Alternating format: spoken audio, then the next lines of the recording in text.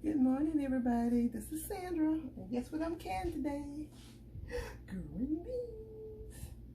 And let me just say, it was a task. I don't know how many pounds that really was, but I'm guessing about 20 pounds. And I have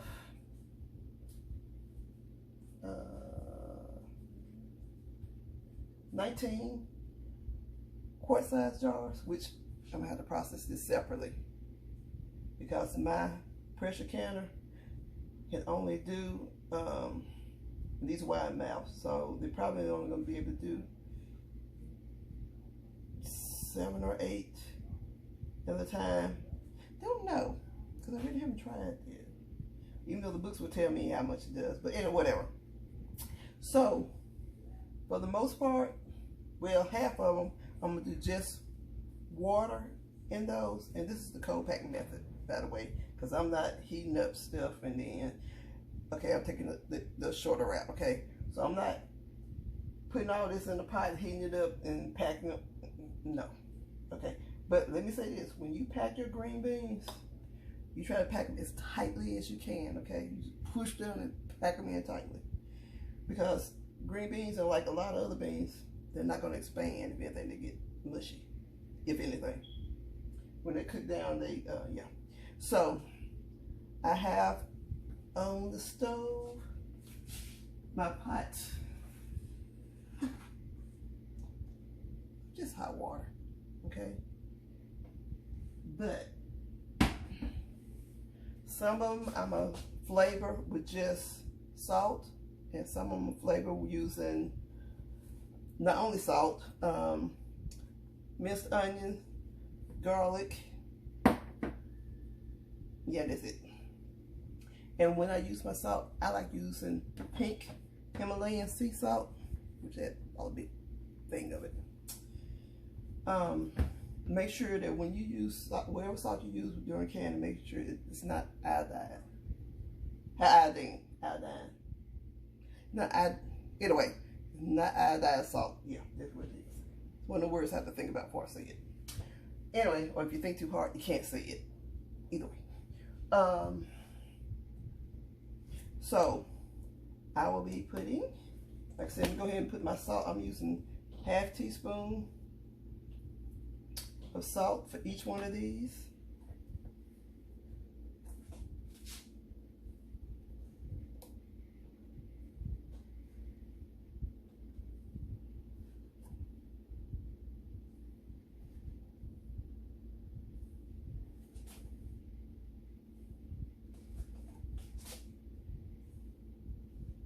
The hardest part really in any of the canning stuff is really the prep work. That's the hardest thing. So the prep work, you know, meant I had to go through each of these beans, not only clean them, I had to clip off the ends of them.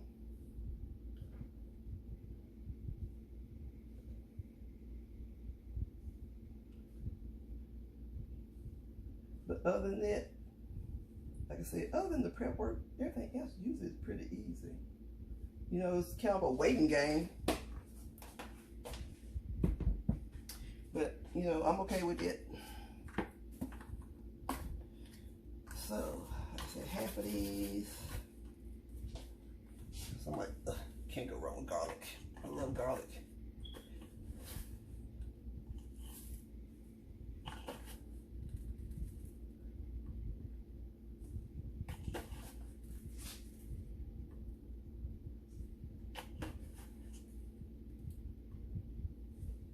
But you can use any type of seasoning you like. Or maybe you choose not to put any seasoning at all. That's your option. Like I said, some people don't even put salt in it. You don't have to. I guess I could put pepper in it, but see, I try to stay away from doing so much pepper. I think most of them won't put this in it. But I try to stay away from so much pepper because I kind of like a lot of pepper in my stuff. Everybody don't like it. Everybody can't take a lot of pepper. Because my mom doesn't like a lot of pepper in her food. So, anyway. I couldn't get them.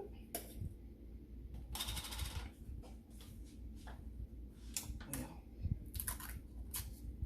that explains it. It's a new jar.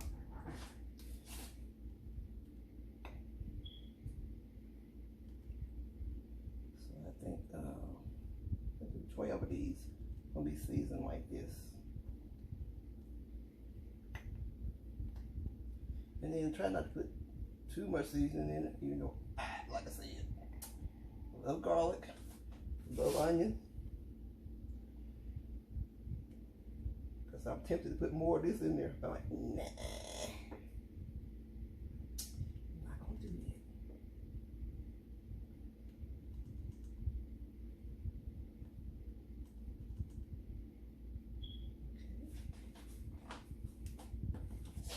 Okay. So much for seasoning.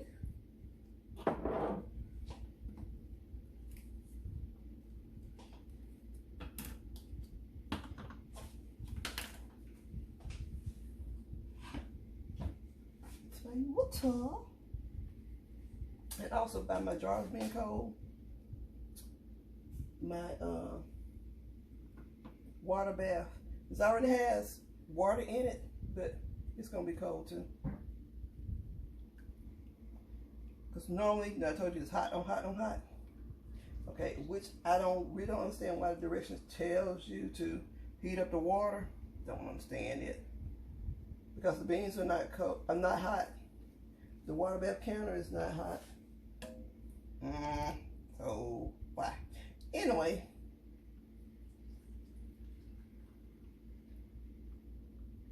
Now imagine the hardest part of this is gonna be debubbling, because I have these beans packed so tight. Because you want to leave 1 inch head space.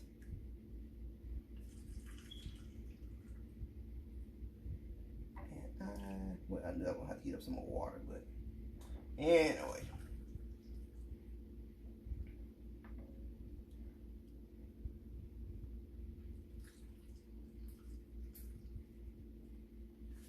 And of course, you know, I'm gonna have to debubble this.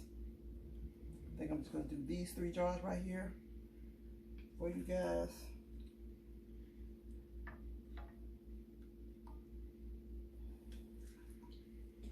Don't have my vinegar out, because that only takes a second.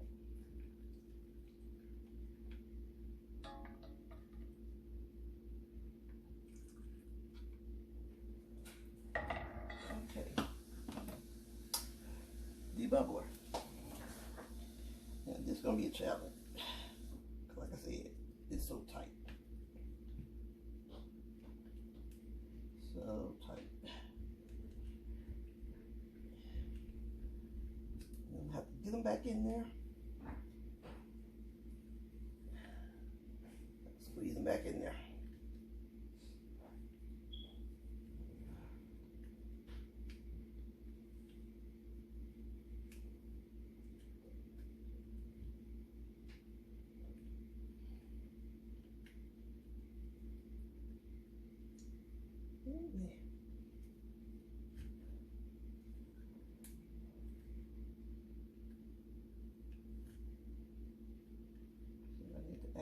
Just need to add a little bit more on that one.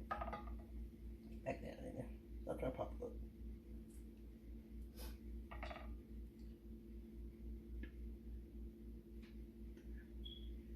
Okay.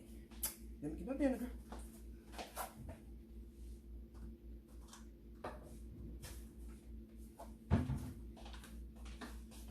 And we got where we just buy vinegar in bulk. You catch it on sale, you just get them. Whether it's white vinegar, well, you use white vinegar for this. And speaking of, let me go ahead and put my vinegar in my pot. You need to put at least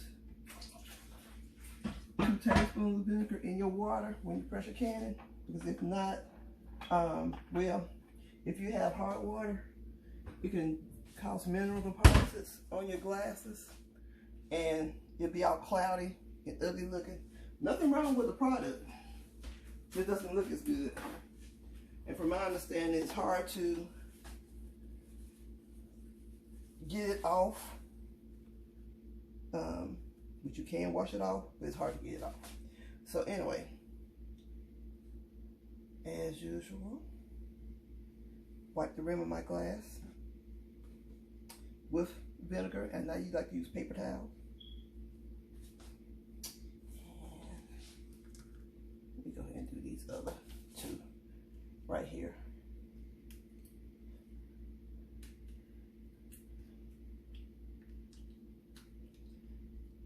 So you know when you start debubbling, your products are moving around. And as much as I can have these packed in here, I have to get them back in there.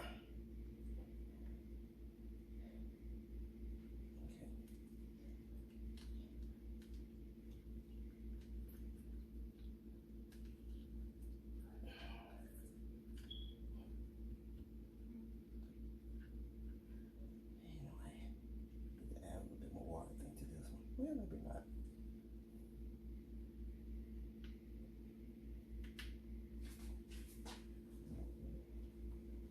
Anyway, and clean your rim. Even though I do not have anything greasy in here, you still never know what's on the rim. And also, don't forget to always check your jars, even though they may be new. Most of these are new. You always check your jars. Make sure there are no cracks or nicks in your jars. And place a lid on top, which they're already been cleaned. And 3 rings.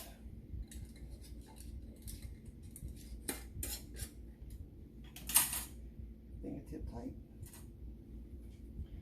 When they say fingertip tight, remember they're talking about you only use your fingertips to tighten it, okay? Because you don't want to just crank it down, because the goal is to have enough. You want the ring is here to keep the lid in place during the process, because the lid is what need to adhere, okay? But at the same time, there's still a little bit of air in these jars. Even though you debubble and everything, like I said, you can never get everything out. This was once a live plant, okay? So it had air in it.